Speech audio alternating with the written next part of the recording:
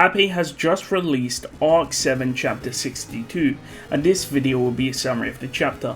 I highly recommend you check out my Arc 7 Chapter 61 summary. Anyways, let's begin.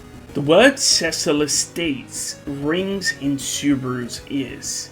Cecilus doesn't know why he is here on the island. Subaru questions him, and Cecilus explains that he found himself on the island in this state.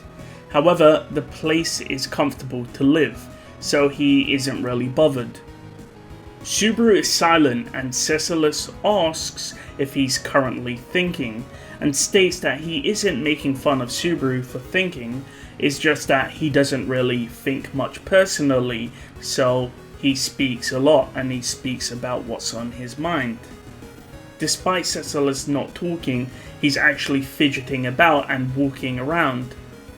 Subaru asks Cecilus a question.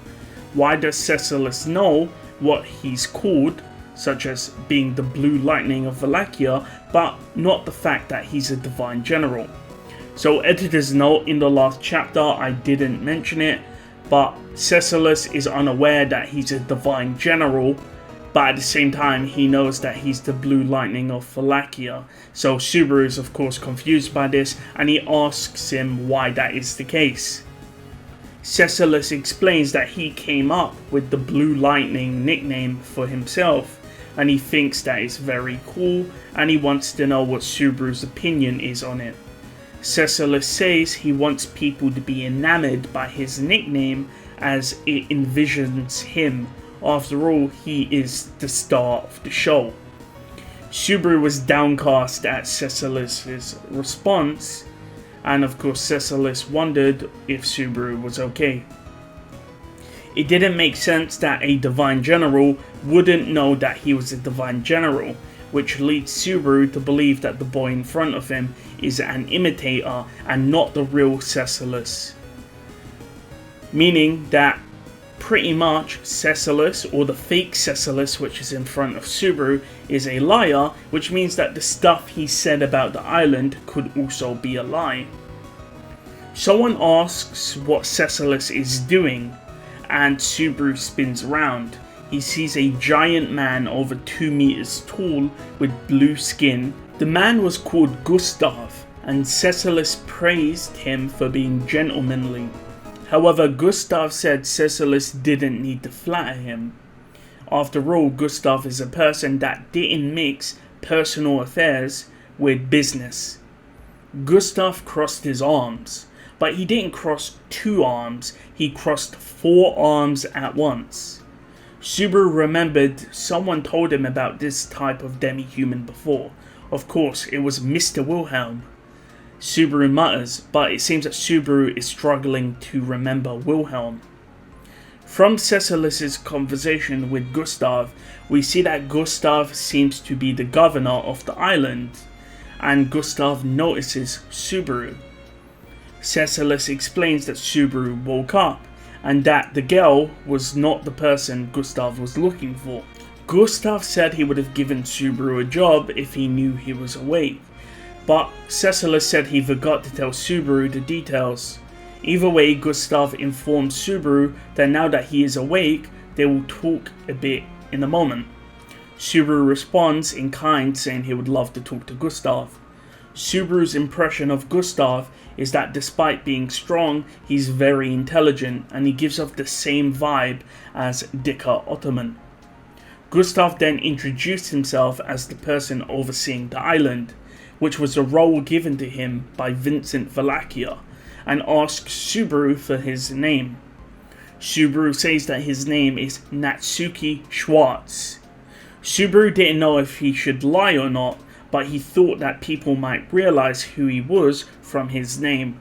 Plus Cecilus, who was with them, was also a liar. After all, he was an imitator who was trying to adopt the name of the divine general. So it should be fine for Subaru to lie about his name.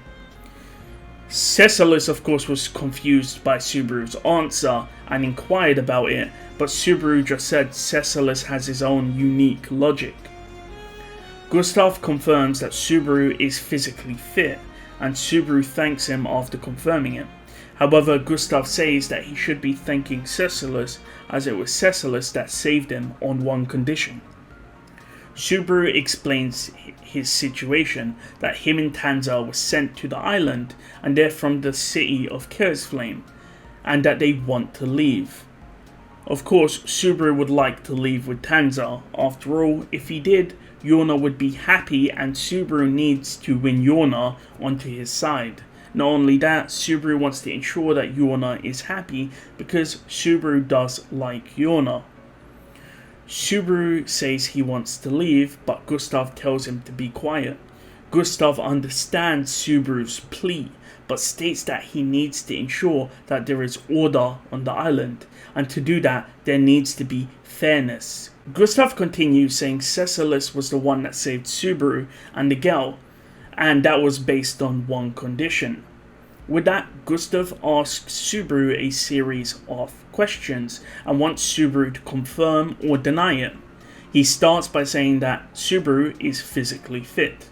Secondly, Subaru has proper mental capabilities, considering he's conducting himself professionally and using proper honorifics.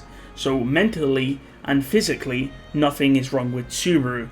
And then Gustav asks if Subaru objects, and Subaru says maybe, but Gustav prods him for a declaration, and Subaru confirms that nothing is wrong with him mentally or physically. Cecilus chimes in saying that Subaru is a good fit. Gustav then said that the girl isn't awake, and Cecilus asked if they can cover it up using the governor's authority, and Gustav stated they could do it with just one less person. Subaru is of course confused with the conversation, and Cecilus says that his help can only go so far, but believes Subaru can do it. Subaru then asked what was going on, and Gustav stated that Subaru must participate in an event. Deep L calls this event Sparker, by the way, but wait for a proper translation. Subaru reiterates that he was sent here on accident, but Gustav states that many people are sent here: criminals, slaves, prisoners of war. It was his duty given to him by the Emperor to make the gladiator island of Gunnenhive to be the most meaningful place of which blood is spilled in the Empire. Gustav says that Subaru has no choice to refuse, else him and the girl will die if they do not participate. After this, Subaru realized that he truly hated the Valachian Empire. The scene changes and we see Subaru standing there with 3 men, all from different races and backgrounds. None of them paid any mind to Subaru. All of them have different birthdays, but their death days will all be the same. An announcement rings out. Gustav addresses everyone, again stating that he thanks the Emperor for allowing him to oversee the island, and states that the people will be tested and their honor observed as he peers down to the individuals located in the gladiator arena. With that, a fence is lifted.